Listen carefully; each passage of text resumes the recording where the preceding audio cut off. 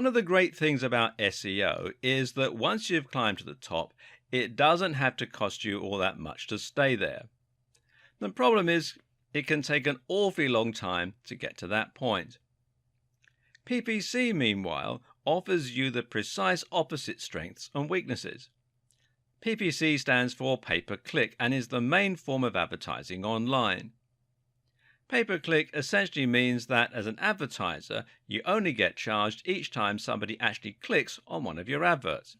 So, in other words, it doesn't cost you anything to have your advert published on a website. If no one ever clicks on it, you'll never pay a cent. But each time someone does click on it, you'll be charged X amount of money. This has a lot of handy advantages, as do many of the other features of PPC. So let's dive in and take a closer look. So how much exactly do you pay for each click? And where will your ads show? What's the best way to make the most money from it? Well, essentially, you get to decide precisely how much you want to pay for each click. The caveat is, the less you pay, the less your advert will get seen. That's because ads are shown based on a bidding system. Whenever a space becomes live, all of the relevant ads will be compared and the one that pays the highest will get shown. That means you can get clicks for 1 cent if you're in a niche with zero competition, but for a much more competitive industry, you can end up paying as much as $5 per click. The good news is you only pay the amount you need to beat the next highest competition. So if your maximum bid is $5, but there's only one competitor who's paying $1, you'll get the ad for $1.01. As well as setting how much you're willing to pay, which is known as your minimum bid, you can also set how much you're willing to pay per week or per month. This is your budget, and by setting this, you can ensure that you never spend more cash than you have. The great thing about this system is it means you can actually guarantee ROI for your business. You do this by calculating how much it's going to cost you to bring each new visitor to your site, which will be equal to your CPC, or cost per click. You then look at your conversion rate, in other words, what percentage of new visitors become paying customers, and then you compare these numbers.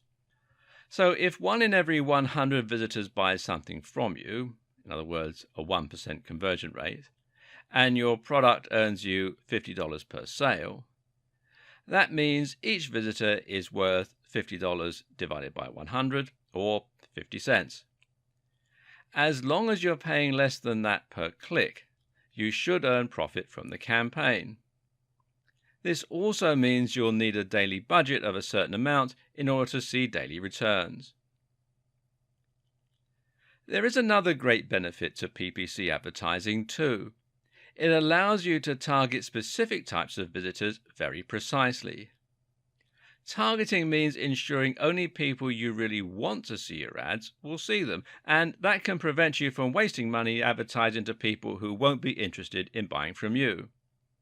If you're selling skateboards to skaters, you should find your conversion rate goes up significantly versus trying to sell pens to skaters. So, how does all this work? Well, there are two main PPC programs out there at the moment. These are Facebook ads and Google AdWords. There are some others, but they aren't so big. Google AdWords show ads on search terms, and in that way it works just like SEO. Your aim here is to make sure that you're paying for your ads to show up on search terms with enough viewers and that are targeted to your precise audience. You can do this using local search terms again, or you can do it by using search terms that specifically relate to your niche. And you can see the ads are here at the top where it says ad. Quite often they'll also have them down here on the right hand side in a search result as well.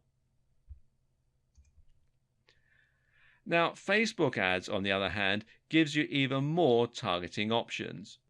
With Facebook ads, your adverts will show on users' Facebook pages on the right or in their home feeds. You can then ensure that people only see the ads if they are the right age and sex, or if they have the right hobbies and interests, or have the right income, and if they're in the right location.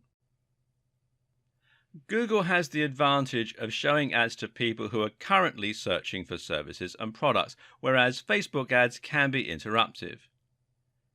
You can even use Google AdWords as a way to test whether certain keywords are worth pursuing with your SEO.